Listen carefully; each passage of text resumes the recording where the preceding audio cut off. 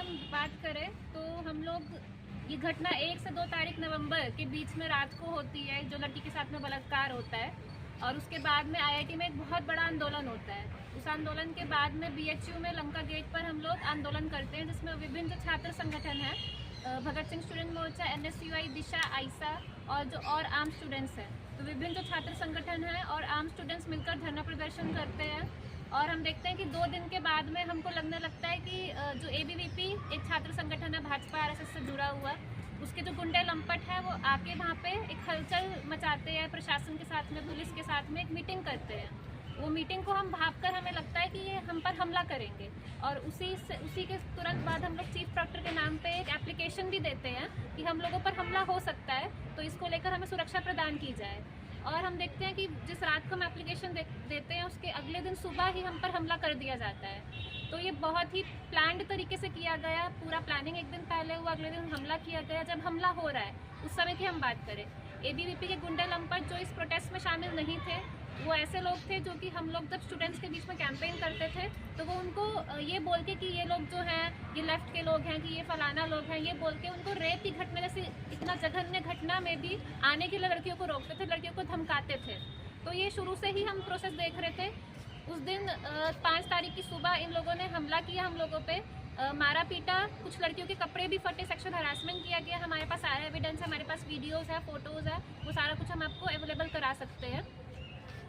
उसके तुरंत बाद इस घटना के समय ही हम देखते हैं कि जो प्रशासन है वो वहाँ पे था। प्रशासन, पुलिस प्रशासन, यहाँ के जो गार्ड हैं बीएचयू के, सारे लोग वहाँ पे मौजूद थे, लेकिन कोई भी एबीवीपी के जो लोग थे उनको हमला करने से नहीं रोके।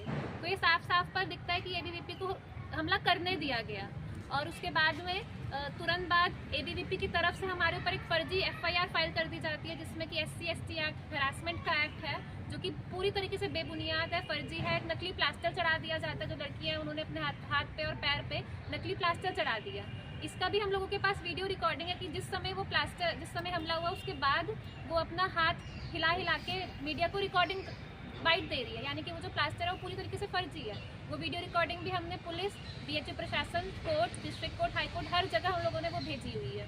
तो ये तमाम हम लोगों के पास जो सबूत है उससे समझ में आता है। साथ में हम देखेंगे चीफ प्रॉक्टर जो है बीएचयू के चीफ प्रॉक्टर, उन्होंने उस लड़की जो एबीवीपी की कंप्लेनेंट है मेघा मुखोपाध्याय, उसका जो फर्जी प्लास्टर है वो चढ़वाया और साथ में ये बयान दिया कि इस पे हमला किया गया है। यानी कि वो एबीवीपी के साथ में उनकी जो फर्जी और झूठी षड्यंत्रकारी नीति है उसके साथ में चीफ प्रॉक्टर भी खड़े हैं। मेंबरशिप उनकी है?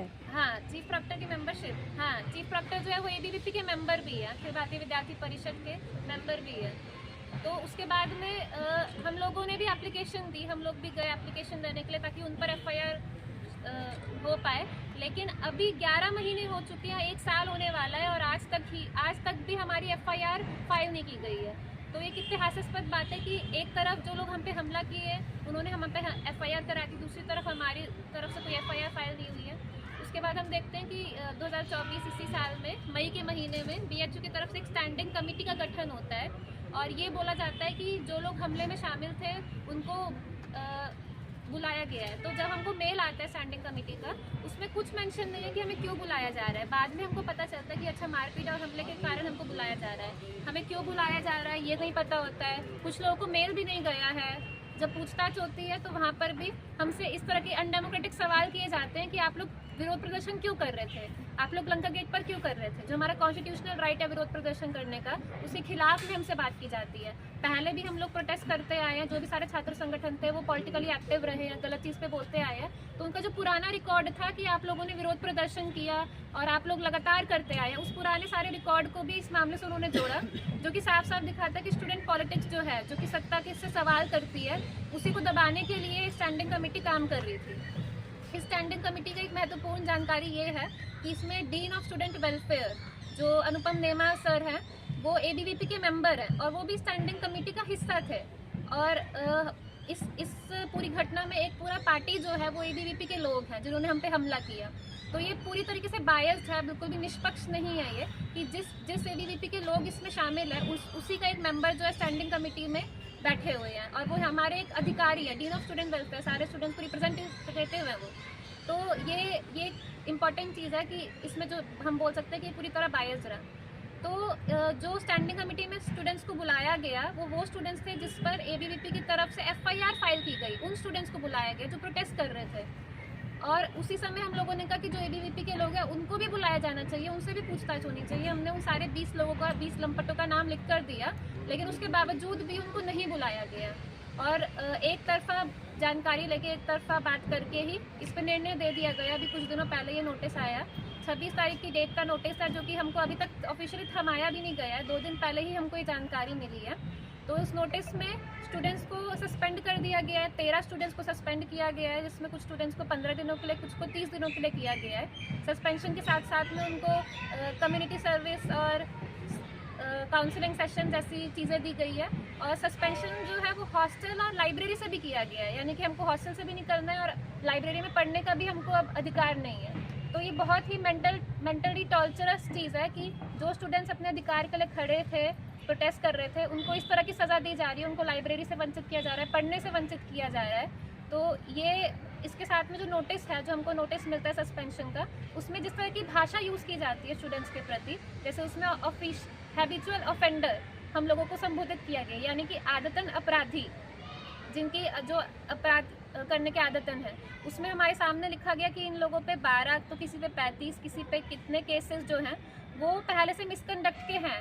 यानी कि 2021 से, किसी का 2022 से, जो पूरा इतिहास है कि हम लोगों ने किन आंदोलनों में भाग लिया, उस इतिहास के बना पे उन्होंने ये लिखा कि इन पे इतने मिसकंडक्ट के केसेस हैं, जिसका कोई जस्टिफिकेशन नहीं है। यानी कि वो कुछ भी लिख सकते हैं, आपको कोई भी चीज़ इल्ज़ाम लगा सकते हैं बिना किसी जस्टिफिकेशन के, बिना किसी प्रमाण के। उन्होंने हमको बोला कि ये एरोगेंट है, ये विश्वविद्यालय की छवि धूमिल कर रहे हैं, ये बिल्कुल भी रिस्पेक्ट नहीं करते हैं विश्वविद्यालय की। तो हम साफ तौर पे सवाल पूछना चाहते हैं कि विश्वविद्यालय की छवि जो है वो आखिर किसने धूमिल की है? जब ये इस IIT-BHU की लड़की के साथ में रेप की घटना होती है, इतनी जघन्य घटना होती है, क्या तब विश्वविद्यालय की छवि धूमिल नहीं हो रही है कि आप सिक्योरिटी प्रोवाइड नहीं कर सकते हैं? यहाँ पर लगातार लड़कियों के साथ में छेड़खानी और रेप जैसी घटनाएं BHU कैंपस के अंदर हो रही है। या फिर जब वो जो अपराधी हैं, जो 3 लोग हैं जिन पे रेप का चार्जेस है, उनमें से 2 को बेल मिल जाती है, तो तब विश्वविद्यालय प्रशासन की छवि धूमिल नहीं हो रही है। अभी हम लोगों पे आंदोलन करने वालों को नोटिस दिया गया, सस्पेंड किया गया, तब विश्वविद्यालय की छवि धूमिल नहीं हो रही है। तो ये सवाल है कि विश्वविद्यालय की छवि आखिर वो धूमिल कर रहे हैं या फिर हम धूमिल कर रहे हैं?